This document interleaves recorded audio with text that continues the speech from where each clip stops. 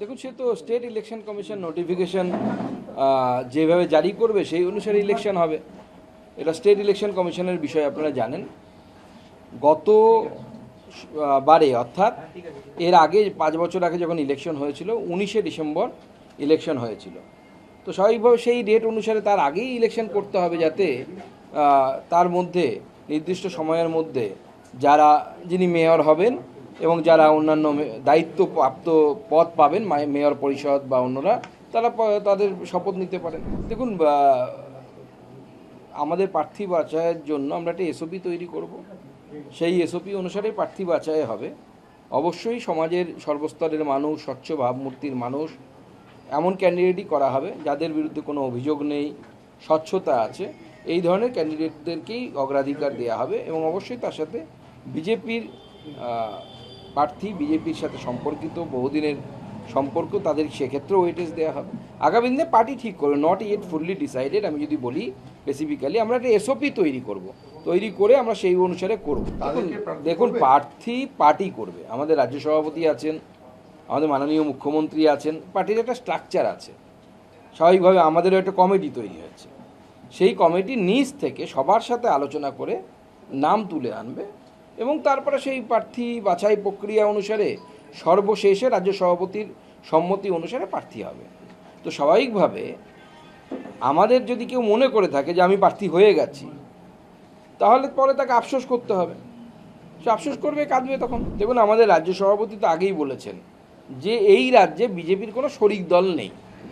তো আমাদের রাজ্য সভাপতির বক্তব্য তো পুরো পরিষ্কার যে এই রাজ্যে কোনো শরিক দল নিয়ে আমরা ভোটে লড়িনি, আমরা এই রাজ্যে একাই লড়েছি এবং এতগুলো সিট পেয়েছি। তো স্বাভাবিকভাবে আমরা এখনও পর্যন্ত কোনো শরিকি সিট শেয়ারিংয়ের বিষয়ে আলোচনা করিনি এবং এখনও পর্যন্ত আমার কাছে এই ধরনের কোনো প্রস্তাবও আসেনি। ভালো আর কালো এই দুটোই হচ্ছে আপেক্ষিক।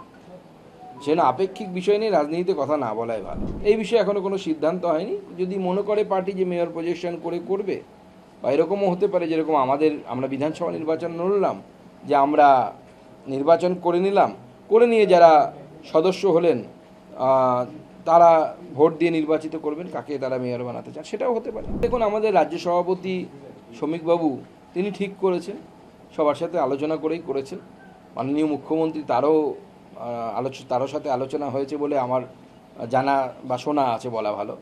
তো স্বাভাবিকভাবে সবাই মিলে সিদ্ধান্ত নিয়েছে। এ তো কোনো একজন ব্যক্তির কাজ নয়, এটা একটা দলগত প্রচেষ্টা। এবং আমার বিশ্বাস যে পৌরসভার লোগোতে 3 দিকে পদ্মফুল এবং একদিকে স্বস্তিকা আছে, সেখানে সনাতনী মেয়র আগামী দিনে বসবে এবং তার সাথে সাথে এই পৌরসভা আবার তার সেই হৃতগৌরব ফিরে পাওয়ার দিকে যাবে। মিটিং হয়েছে, আমাদের তো মিটিং হয়েছে এবং সেই মিটিংয়ে আমরা আগামী দিনে কি করা হবে, কিভাবে নির্বাচন লড়া হবে, সমস্ত কিছু বিষয়ে কথা হয়েছে। আমরা নিয়মিত বসবো, এই কমিটি নিয়মিত বসবে এবং প্রার্থী নির্বাচন তো পরের ব্যাপার। তার আগেও ভারতীয় জনতা পার্টির অনেক কিছু করণীয় আছে, যে কাজগুলো আমাদের সাংগঠনিক কাজ, সেই জন্য আপনাদের কাছে খুলে বলা আমার পক্ষে সম্ভব নয়। সেগুলো কাজ আমরা করব।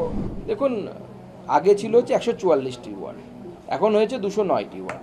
তো আমি 144টি ওয়ার্ডের হিসেবে যদি কথা বলি, বিগত বিধানসভা নির্বাচনে 144টি ওয়ার্ডের মধ্যে 101টিতে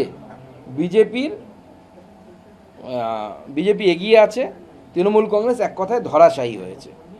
তো এবার 209টি সিট হয়েছে। আমরা আশা করছি 150র বেশি, আমার তো মনে হচ্ছে 170-80টা পর্যন্ত আমরা পৌঁছতে পারবো কম করে।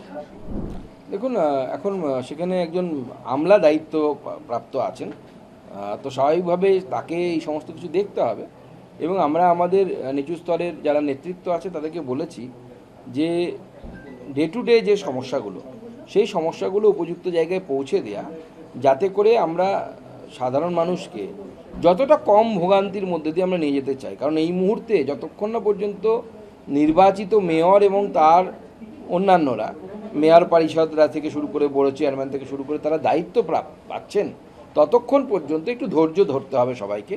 এবং তারপরে কলকাতা কর্পোরেশনে যে গতি, সেই গতি আপনারা এতদিন যা দেখে এসেছেন তার থেকে অনেক গতিতে কলকাতা কর্পোরেশন এগিয়ে যাবে। দেখুন, আমার কাছে একটি প্রস্তাব এসেছে, সেই প্রস্তাব আমি দেখছি চিন্তাভাবনা করে, যদি আমার মনে হয় আমি জাস্টিস করতে পারবো, আমি সময় দিতে পারবো, সেক্ষেত্রে অভিনয় করতে কোনো আপত্তি নেই। আমি আগেও অভিনয় করেছি আমার নিজের জায়গায়, বিভিন্ন জায়গায় নাটকে।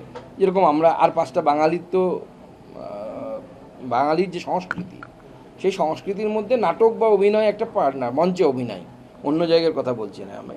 বাংলার সংস্কৃতিরই একটি অংশ হচ্ছে মঞ্চাভিনয়। তো স্বাভাবিকভাবে আর 5টা বাঙালির মতো আমিও করেছি আগে। তো এবার আমার কাছে একটি প্রস্তাব এসেছে, আমি পড়ছি এখন। যদি মনে হয় আমার যে সেটা আমি উপযুক্ত বা আমি জাস্টিস করতে পারবো এই রোলের সাথে, তাহলে অবশ্যই চিন্তাভাবনা করবো। না, সেটাই আমি বলছি তো, আমি যদি জাস্টিস করতে পারি, অর্থাৎ সময় দিতে পারি, তবেই করবো, নচেত করবো না। কেন করবো? এমনিতেও ওনারা সেরকম রোলই ভেবেছেন যে রোলে আমি মঞ্চে একাই থাকবো, তো স্বাভাবিকভাবে রিহার্সেলের ব্যাপার কম থাকবে, প্রথম সিন বাদ দিয়ে। দেখুন, আমাদের এই সরকার আসার পর থেকে আমরা ভোটের আগেও বলেছিলাম, আমাদের মুখ্যমন্ত্রী দায়িত্ব নেওয়ার পরেও বলেছেন যে উনি করাপশানকে, আমাদের সরকার, এই সরকার করাপশানকে কোনো মতেই কোনোভাবে কোনো জায়গা দেবে না।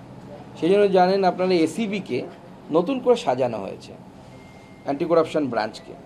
তো স্বাভাবিকভাবে সেখানে অফিসাররা অত্যন্ত সফলতার সাথে কাজ করছেন।